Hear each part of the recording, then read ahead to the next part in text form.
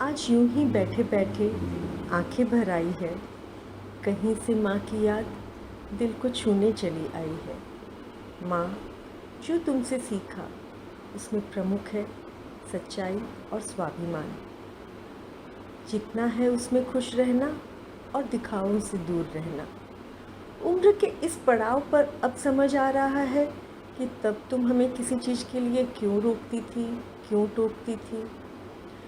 मुझे सीए पढ़ने देने के लिए पापा जी को कन्विंस करना और मैं सीए ज़रूर कर लूँगी, तुम्हारा यही विश्वास मेरी ताकत था।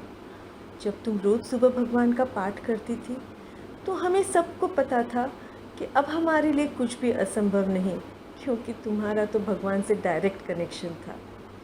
जब भी सुबह मैंने ऑफिस जाने के लिए कदम बढ़ाए, टिफ़िन थामे तुम दरवाजे पर नज़र आई, और जब शाम को मैं लौटी तो गरम चाय की प्याली तुमने तुरंत मेरे हाथों में धर दी।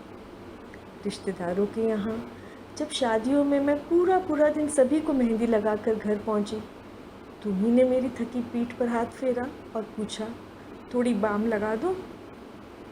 जब तुम बीमार थी, यदि हमने कभी तुम्हारे थोड़ी देर पैर दबा दिए, तुमने तुरंत कहा, अरे रहने दो, तुम थक जाओगे, तुम्हारे हाथ दुखेंगे।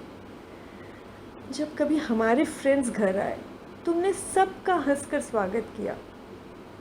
तुम्हारे हाथों की बनी कढ़ी, केर सांगरी की सब्जी, आलू का सीरा, कैरी का अचार, बेसन की पूड़ी, चरके मीठे चावल, ये सारे आज भी मेरी सहेलियों के बीच चर्चा का विषय है।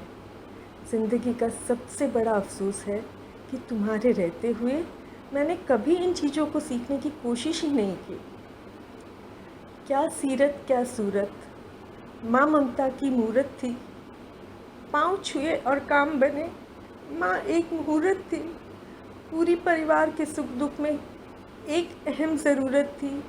सच कहते हैं माँ हमको, तेरी बहुत ज़रूरत थी, तेरी बहुत ज़रूरत थी।